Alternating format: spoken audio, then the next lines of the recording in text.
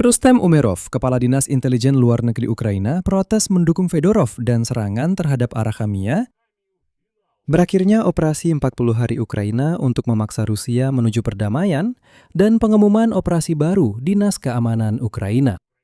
Di Kiev terjadi beberapa peristiwa penting secara politik dan pergantian pejabat sekaligus, yang semuanya berakar dari satu kasus besar korupsi yang melibatkan Timur Mindich dan krisis politik seputar pemecatan Menteri Pertahanan Fedorov.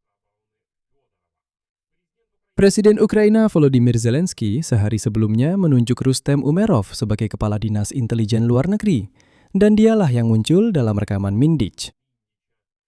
Zelensky melaporkan tentang operasi-operasi baru yang direncanakan oleh SBU, namun sama sekali tidak membahas hasil dari operasi 40 hari itu untuk memaksa Rusia berdamai, yang masa waktunya berakhir tepat pada malam sebelumnya.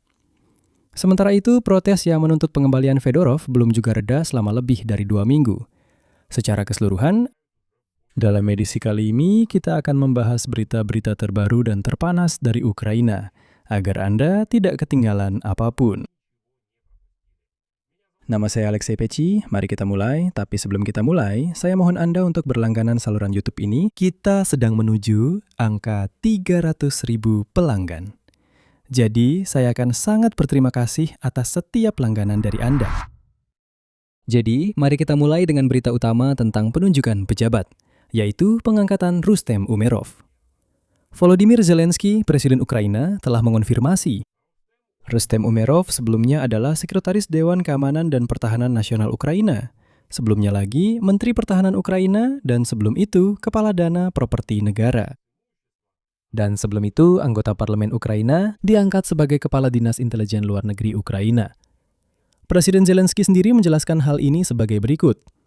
Umerov akan melanjutkan, kutipan, mengkoordinasikan sejumlah arah utama, kerjasama dengan Amerika Serikat dan mitra lainnya dalam urusan pertahanan, diplomasi, proses negosiasi untuk mengakhiri perang, serta bidang drone. Oh ya, saya ingatkan, bidang drone sebelumnya ditangani oleh Fedorov. Saya cuma memberi isyarat. Dan seperti yang dikatakan oleh tim Presiden Zelensky, ini adalah bidang yang alami, tetap dan khusus bagi Umerov, serta kontak internasional. Kegiatan luar negeri. Struktur yang menggabungkan senjata dan jalur internasional. Intinya, pejabat super untuk solusi super atas masalah-masalah super. Posisi Sekretaris Dewan Keamanan dan Pertahanan Nasional yang kosong akan diisi oleh mantan Kepala Kementerian Dalam Negeri Igor Klimenko. Saya ingatkan, keputusan ini sudah dipersiapkan sejak 17 Juli, ketika Zelensky pertama kali menawarkan jabatan ini kepada Klimenko. Meskipun awalnya dia diprediksi akan menjadi Menteri Pertahanan, pada akhirnya dia tetap menjabat sebagai Sekretaris Dewan Keamanan dan Pertahanan Nasional. Sekilas mungkin terlihat seperti rotasi jabatan biasa, tapi ada satu detail yang membuatnya menjadi cerita yang jauh lebih penting.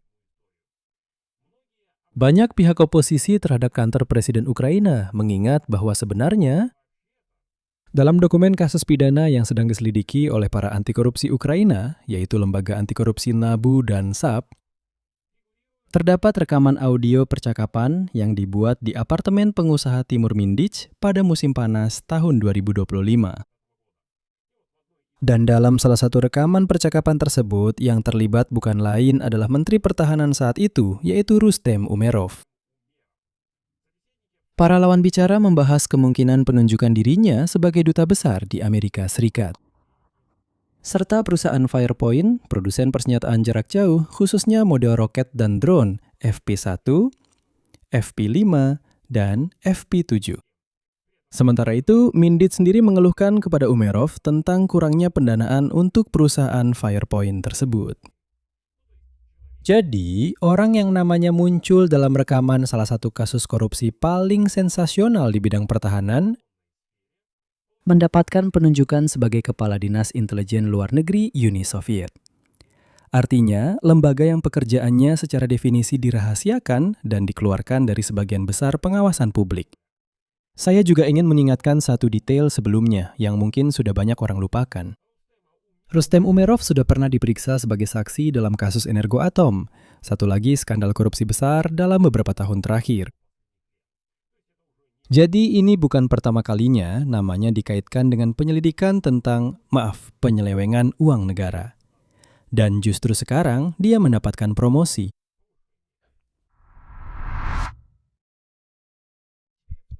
Sekarang berita kedua hari ini, dan ini menarik karena ada sesuatu yang tidak disebutkan di dalamnya. Volodymyr Zelensky menerima penjabat sementara Kepala SBU Oleksandr Poklat dan menyatakan bahwa dia telah menyetujui operasi-operasi baru Dinas Keamanan Ukraina. Selanjutnya kutipannya. Hari ini saya telah menyetujui operasi-operasi baru. Oleksandr Poklat melaporkan prioritas Dinas Keamanan Ukraina untuk bulan Agustus. Selanjutnya, Presiden menugaskan Kepala SBU untuk melanjutkan, menurut ungkapannya, pembersihan struktur internal SBU dari mereka yang bekerja untuk diri sendiri, bukan untuk Ukraina. Dan dia berterima kasih kepada para pegawai yang benar-benar melindungi negara. Tapi intinya adalah, Volodymyr Zelensky sama sekali tidak menyebutkan hasil dari operasi 40 hari itu, yang secara pribadi ia umumkan pada 25 Juni. Operasi yang tujuannya adalah, kutipan, memaksa Rusia untuk mengakhiri perang. Dan tanggal laporan ini, 4 Agustus, itu tepat 40 hari setelah pengumuman itu. Jadi, waktu yang Presiden Zelensky tetapkan sendiri untuk mengevaluasi hasilnya telah tiba. Dan alih-alih laporan tentang hasil tersebut, publik justru menerima, kata-kata umum tentang operasi baru dan prioritas untuk bulan Agustus. Mungkin memang seharusnya begitu.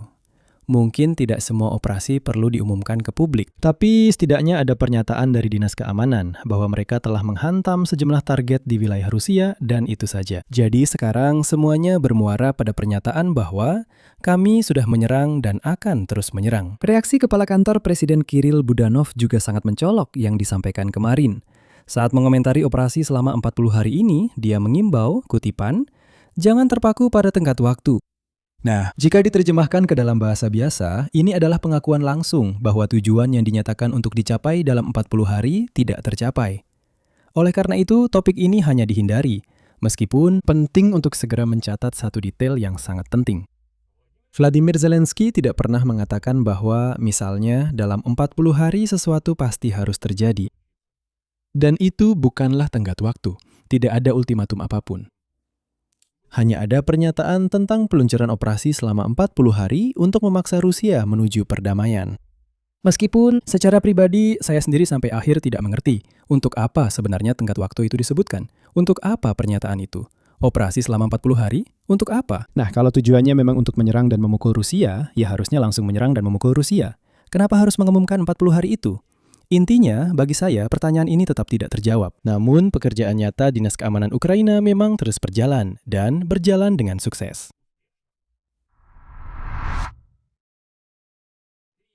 Berita panas ketiga adalah krisis politik yang sedang berlangsung terkait pemecatan Mikhail Fedorov, yang tampaknya tidak secara kebetulan berkaitan dengan dua berita pertama. Saya ingatkan latar belakangnya.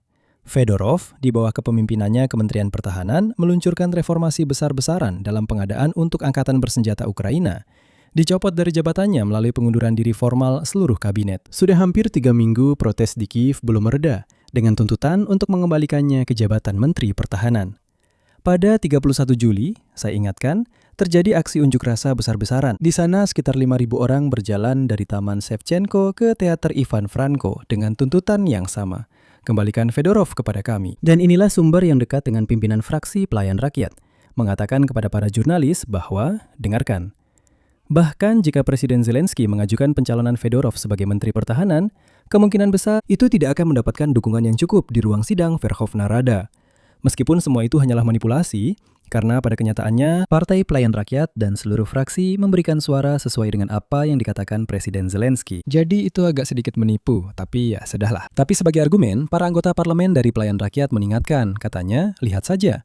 Ketika anggota parlemen dari Partai Holos, Zelensnyak, menginisiasi tuntutan pengunduran diri Panglima Syirsky, hanya 19 anggota parlemen yang menandatangani tuntutan tersebut. Jadi, bahkan di antara para anggota parlemen yang tidak puas pun, tidak ada posisi yang solid. Sementara itu, ketegangan juga meningkat di sekitar sosok Ketua Fraksi Pelayan Rakyat, David Arahamia.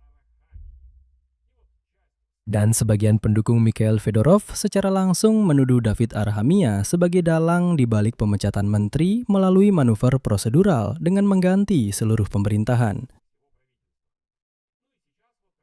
Dan sekarang, apa yang disebut sayap anti korupsi seperti Pusat Aksi Anti Korupsi (TSPK) menyatakan bahwa konon alasan utama pemecatan Fedorov adalah keinginan pribadi Zelensky.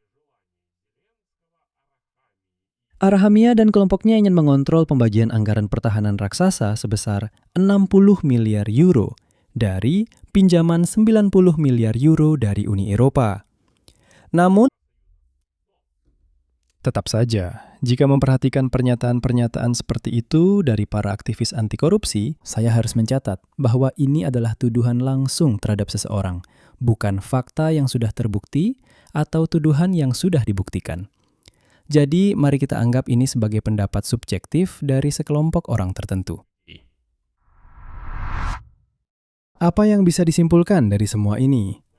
Skenario yang paling mungkin adalah sebagai berikut. Protes akan terus berlanjut, karena masalah struktural yang dipersoalkan para peserta protes jelas tidak terselesaikan dengan penunjukan Umerov, bahkan justru makin ditegaskan. Masalah yang justru ditekankan adalah masalah yang katanya dulu ditentang oleh Fedorov. Pertanyaan tentang hasil nyata dari operasi SBU selama 40 hari kemungkinan besar akan tetap tanpa jawaban publik yang jelas.